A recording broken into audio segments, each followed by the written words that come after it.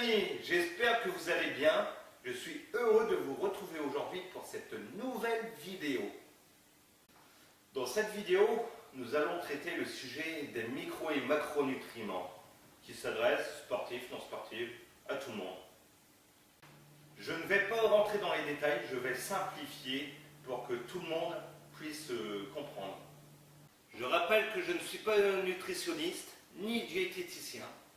Les connaissances sont tirées de ma propre expérience, la documentation que je lis, les conférences que j'écoute.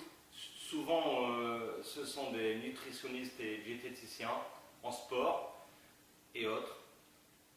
Tout d'abord, il faut comprendre, les amis, que nous vivons dans un monde de business. Prenez l'industrie agroalimentaire, donc les grandes surfaces, le commerce. On va prendre l'exemple du bouquin de publicité. Vous pouvez le voir dessus, vous pouvez en prendre un et regarder. Que, sauf une page, voire deux, est une alimentation équilibrée. Le reste, vous pouvez les voir, c'est que de la sucrerie et des graisses saturées.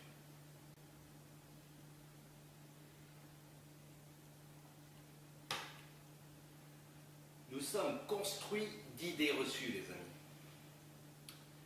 Car les industries agroalimentaires, dans le passé, ont trompé les gens, même certains médecins. Car ils payent, ils donnent des fortunes pour contre-argumenter ou par la publicité conditionner les gens.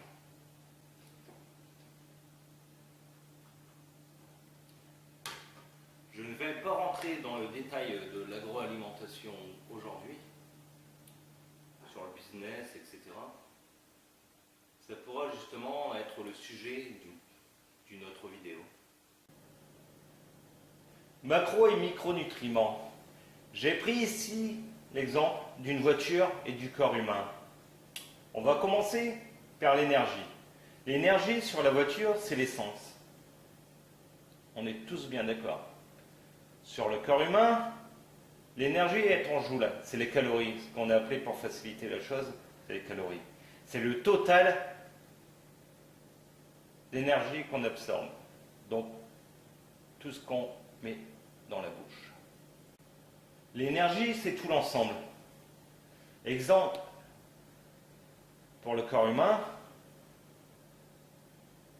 à partir d'où, tous les jours, j'absorbe plus de calories que j'en dépense, je grossis. C'est-à-dire, je peux manger, par exemple, chose qu'on ne fait pas en général, mais on va prendre l'exemple, pour une femme, par exemple, admettons par rapport à ses dépenses, elle tourne à 600 calories par repas. Imaginez-vous que par repas, elle prend 700 calories en mangeant que des fruits. Chose qui est possible, on peut prendre 700 calories par repas en mangeant que des fruits. Cette personne-là, dans son habitude de tous les jours, va prendre du poids. Et pourtant, elle n'aurait consommé que des fruits. J'aurais pu prendre l'exemple des légumes, mais la différence, c'est que les légumes, là, il faudrait ingérer des quantités phénoménales. Donc, chose qui n'arrivera pas. Pour une femme qui a besoin de 1600 calories journaliers, en ayant une activité standard, si elle veut garder la ligne, pas prendre de poids, il est plutôt conseillé de viser 1500 calories. Sauf si, bien sûr, attendez, pour quelqu'un de standard. Par contre, si cette personne-là a régulièrement une activité intense, ça sera bien plus haut. Mais il faut ajuster. Là, cette personne-là, il faut qu'elle ajuste. Chaque personne, il faut ajuster par rapport à son activité. Pour cela, que quelque part, on peut comprendre. Admettons que je vise 1500 calories, je suis une femme. Je vise 1500 calories par jour. Que vous faites 4, 3, 2 repas, ce sera la même chose. Le tout, c'est pas dépasser son total calorique journalier.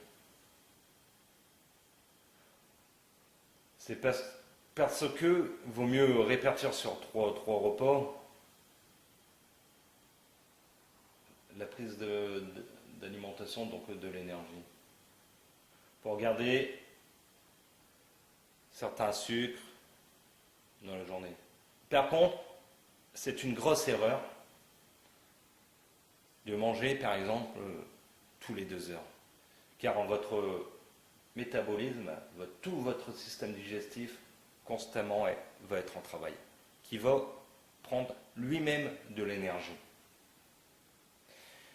D'ailleurs, vous pouvez vous rendre compte, c'est lorsque vous mangez, peu de temps après, vous souffrez, vous avez envie de vous asseoir, digérer. Ben ça, c'est la digestion qui prend de l'énergie. L'eau. Une voiture, elle a besoin de tout, pour fonctionner correctement, de tous ces éléments. Le liquide de frein, le filtre à air, le filtre à huile, qui reste propre, le filtre à air, le filtre à huile, qui reste propre. Le refroidissement, c'est-à-dire le liquide de refroidissement, tout le système de refroidissement. L'huile moteur. C'est pareil sur le corps humain. On va commencer par le refroidissement. Refroidissement, l'eau sur la voiture. Sur le corps humain, ce sera la transpiration. Le refroidissement, on transpire. Par l'échange avec l'air, on crée une couche plus fraîche. Donc, qui crée le refroidissement. Donc, transpirer, c'est normal pendant une activité, ce qui permet au corps de réguler la température. Bien sûr, l'eau ne sert pas qu'à se refroidir, c'est-à-dire la transpiration. J'aurais pu mettre aussi les articulations, les tendons, etc. Pourquoi ? Parce que l'eau hydrate. L'eau sert aussi, par exemple, à hydrater, à garder souples les disques intervertébraux. Le filtre à air sur la voiture, ça sert à quoi ? Amener de l'oxygène. Avoir un bon échange avec l'essence.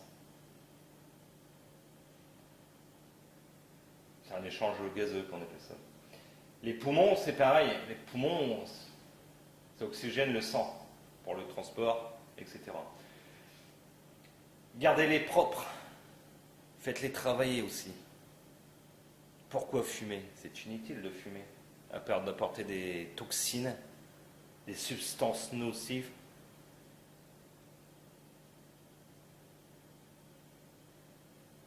Bien sûr, propres, on ne peut plus les avoir à 100%, puisqu'il y a une pollution, la pollution dans l'air. L'huile moteur sur la voiture, pour lubrifier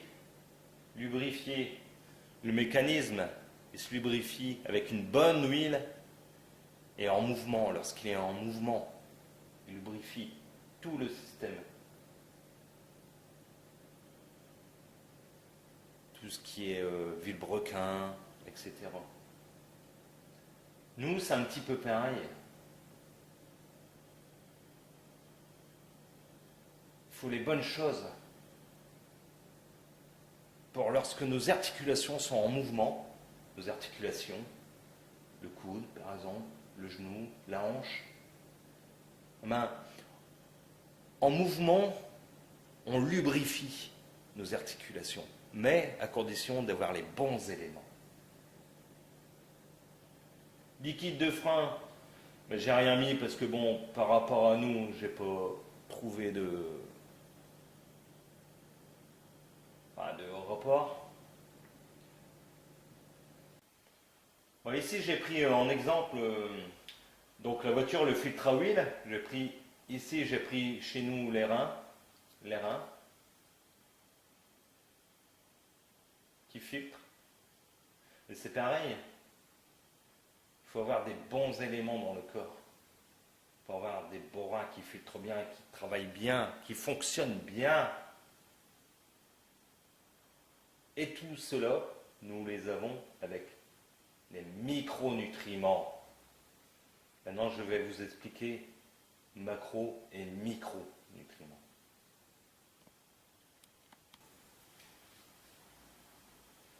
Les lipides, les glucides, les protéines sont les macronutriments. Je vais commencer par les lipides, les bons lipides.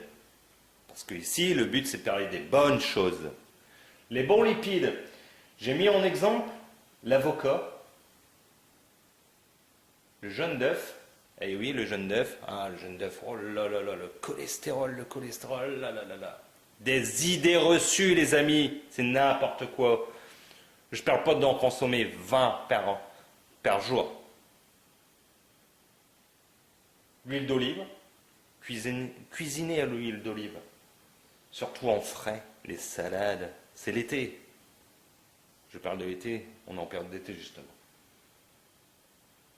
Les noisettes, les noix de cajou, etc.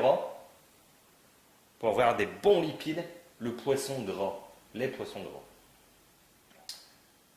Tout ça sont des excellents lipides.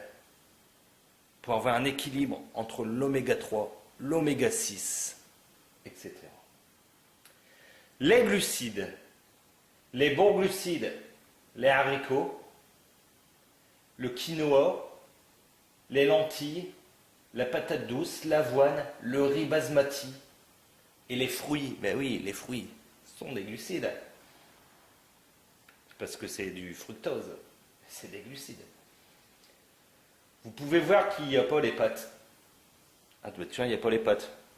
Ah, alors non, il est bizarre, il n'y a pas les pâtes. Ah ben il n'est pas comme tout le monde. Comment ça se fait qu'il n'y a pas les pâtes? Ben les pâtes, c'est inflammatoire les pâtes. Le blé actuellement, on a fait des variétés trop riches en glucides avec un indice glycémique bien trop haut.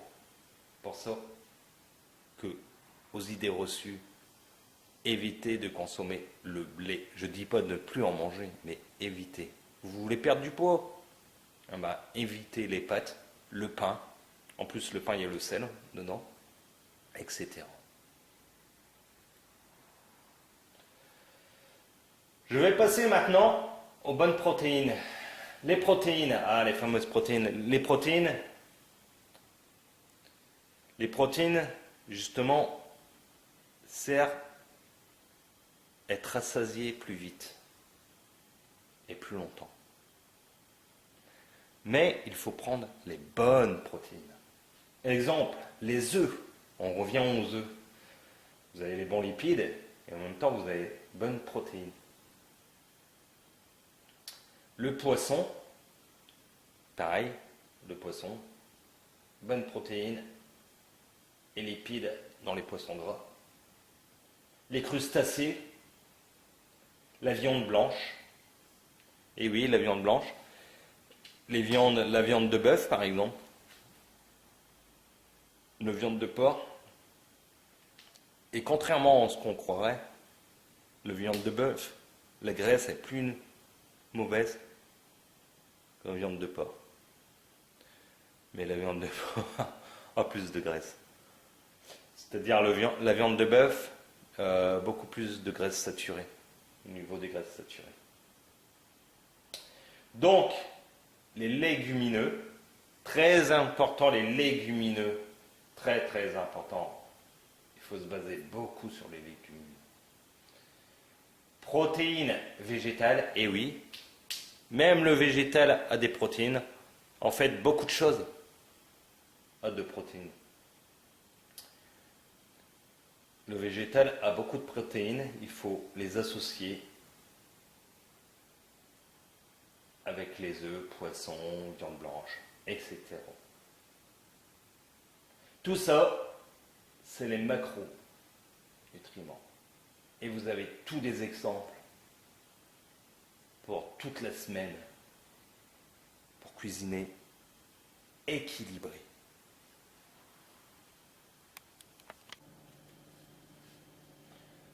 Passons maintenant aux micronutriments. Les minéraux majeurs oligo-éléments. C'est quoi? On les trouve où? Par exemple, dans l'eau, source de la vie, l'eau. Bah oui, le calcium, on va aller le chercher dans l'eau. Pas que dans l'eau, hein, dans les légumes. Je prends l'exemple du calcium parce qu'on parle beaucoup du calcium. Hein. Manger du fromage, etc. Bah non. Produits laitiers, oh là là là, le malheur, le désastre. L'industrialisation nous en met partout. Et pourquoi on a mal aux articulations? Oh, j'ai de l'arthrose, j'ai de l'arthrose. Mais ah oui, contrairement à ce qu'on pense, le fromage, les produits laitiers, et ça a été même prouvé, font effet inverse. Trop de consommation fait effet inverse, les amis. Donc, pour revenir, les minéraux majeurs oligo-éléments, l'eau, les légumes, mais oui mes amis, les légumes, on doit avoir 75% dans l'assiette. Allez, je vais être gentil, 70% dans son assiette de légumes. Des légumes, il faut en manger. Ce serait mieux bio. Oui, c'est vrai. Le bio coûte cher. Mais, il y a des astuces. Et faites l'exemple. Il y a moyen de manger des légumes sans trop dépenser. Et vous savez, si vous comparez par rapport au plat industrialisé, vous verrez que ça ne coûte pas plus cher. Bref, les vitamines, les fameuses vitamines, les fruits, il faut en consommer. Les légumes et les fruits, consommer des fruits, les fruits de saison, les lipides alimentaires et le soleil, le D, vitamine D, très important. Je ne vais pas dire le plus important parce qu'ils sont tous importants, mais le D, vous pouvez avoir une bonne alimentation. Si vous n'allez pas à l'extérieur, prendre la lumière du jour, un minimum par jour, une activité extérieure, c'est l'occasion de prendre en même temps la lumière. Parce que vous savez, même à l'hiver, lorsque nous on habite malheureusement dans le nord de la France, la lumière vous enrichit quand même en vitamine D. Même si vous ne voyez pas le soleil. Faites de l'activité à l'extérieur, c'est la santé. Demandez aux personnes âgées qui passaient beaucoup leur temps à l'extérieur. C'est pour ça qu'ils ont une vie assez longue. En plus qu'ils n'ont pas été dans la mauvaise bouffe. Parce que, vous savez, les lasagnes, la raclette, tout ça, d'antan, et encore, lorsque je dis d'antan, je parle encore il y a 30 ans en arrière, c'était occasionnel.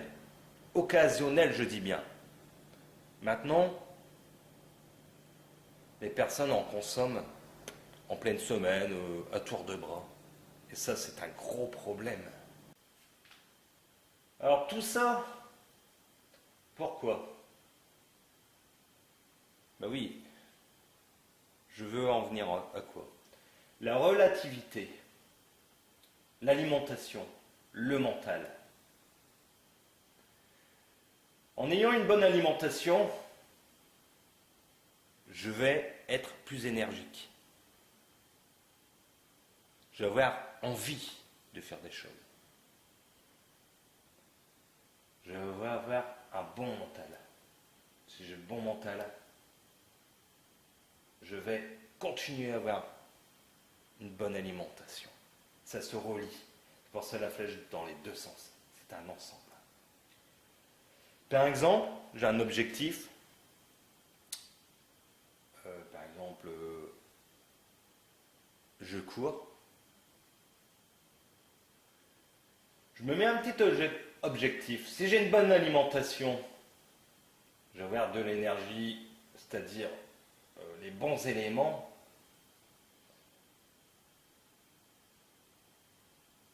Je vais m'entraîner. Je vais faire mes entraînements en temps et en heure. Je vais progresser. Si je progresse, je passe les difficultés. Et si je passe les difficultés, je renforce mon mental. Et vous pouvez regarder, à l'inverse, c'est pareil. J'ai du mental, j'ai un bon mental, je renforce, waouh, je suis perdant. Je me mets des difficultés, je les passe et je progresse. Vous voyez, ça va dans les deux sens.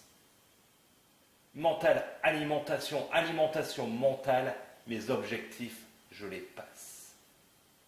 Bien sûr, des objectifs atteignables. Il ne faut pas se mettre aussi, je ne vais pas être vainqueur du marathon, hein, même si je m'entraîne beaucoup. Hein. Ça ne veut pas dire que je serai vainqueur. Voilà, il faut mettre des objectifs atteignables. Voilà pour cette vidéo les amis. Je n'ai pas rentré dans les détails, hein, j'ai survolé. Comme je vous avais dit au début de la vidéo. J'espère que ça va vous servir à éclaircir certains points, à comprendre